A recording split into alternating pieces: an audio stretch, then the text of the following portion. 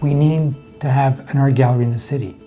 The city needs an art gallery. And I brought it to the Arts and Culture Committee 11 years ago and said we need an art gallery. And they kept putting it on the back burner, When I presented to council, they're thinking, if I vote yes, what are my constituents going to be thinking? Like, why am I spending money on art? I'm just trying to inject a little more nature into Toronto.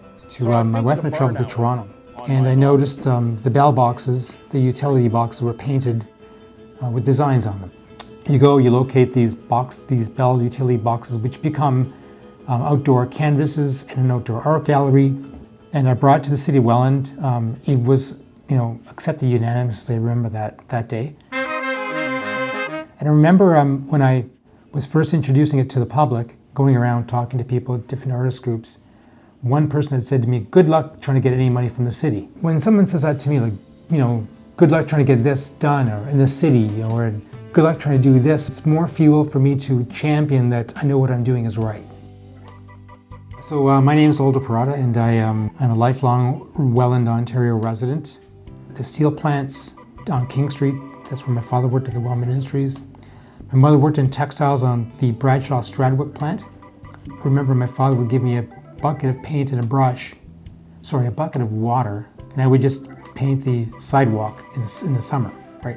Drawing whatever. That would keep me busy for hours, right? So my love for art here is huge. The art gallery idea is to bring a miniature version of the AGO in Welland, in the downtown core. We have a collection of art that draws people in. The downtown core is something that I believe that needs to be, the downtown core needs to be fixed.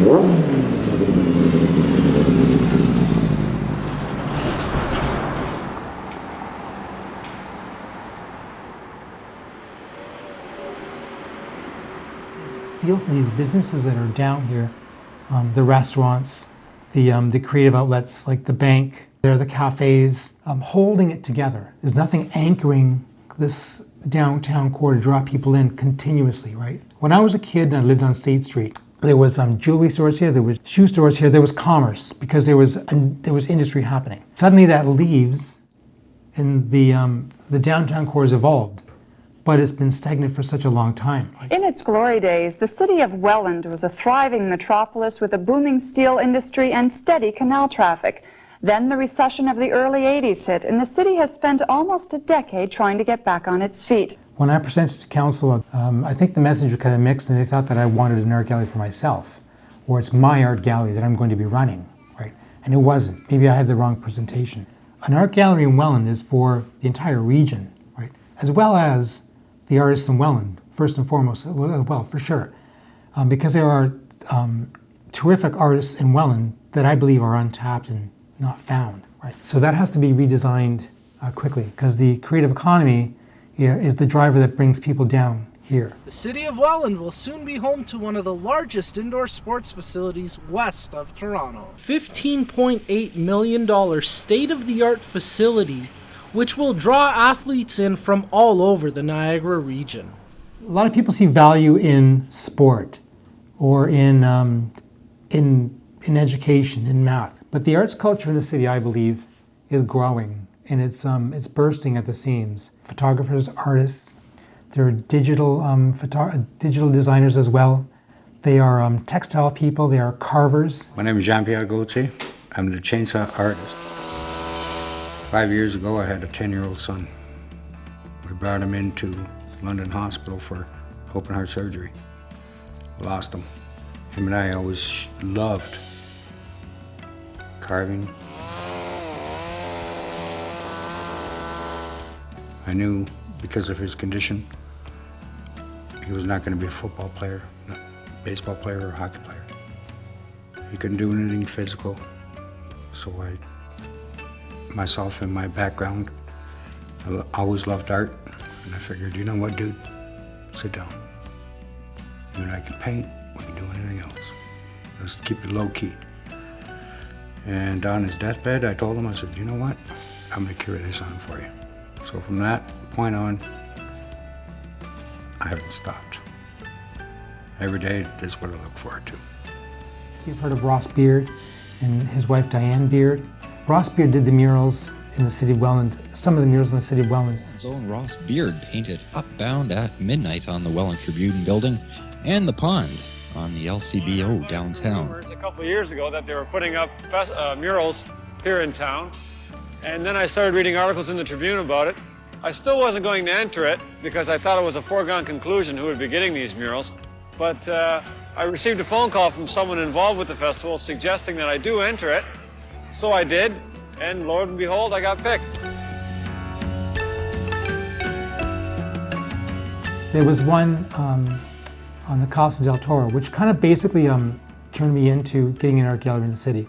One of his murals there was called Towpath. That building was about to be demolished. I thought, like, what's happening with that mural, right? Can we save it somehow? The CAO at the time tried, I believe, he tried, and however he tried, but it just couldn't be done. There was just no plan to set up for long-term care of these outdoor murals. Murals' resistance to the weather was a great concern. Many steps were taken to ensure their lasting beauty. Well, the paint itself is high-grade paint. It's a two-part mix, catalyst that is added to it to harden it. And you can use it for painting boats. It's that durable, that waterproof. It has a built-in sunscreen, and you just can't get a better quality paint for outdoor work. And there's a urethane finish on the outside of that. Someone spent time doing that. Someone spent a lot of hours and energy and thought into that. And then here's how we treat art in this city.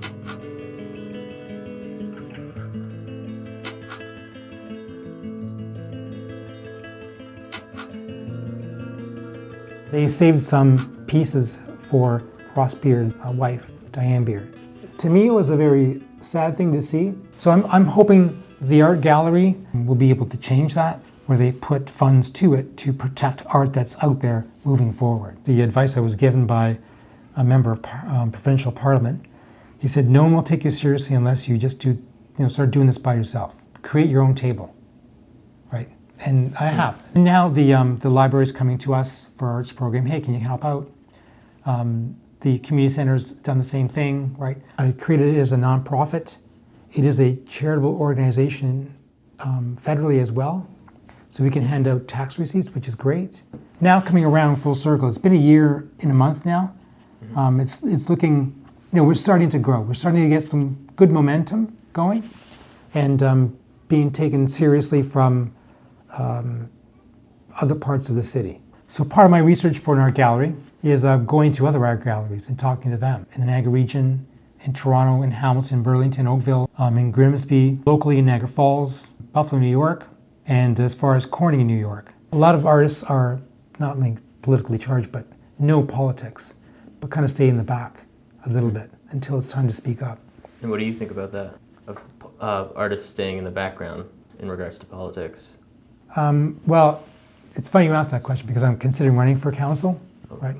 But people that I tell say, oh, Aldo, come on, please don't, because you're an artist, right? And you're going to lose that. I'm not going to. I'll see what happens. I believe that I should run for council because of the amount of research I've done for this art gallery over the years. I've had this dream for the past 11 years. You know what? There's a lot of everyday artists out there. Yeah, like I said, it's not Aldo's Art Gallery, it's the Art Gallery of Welland.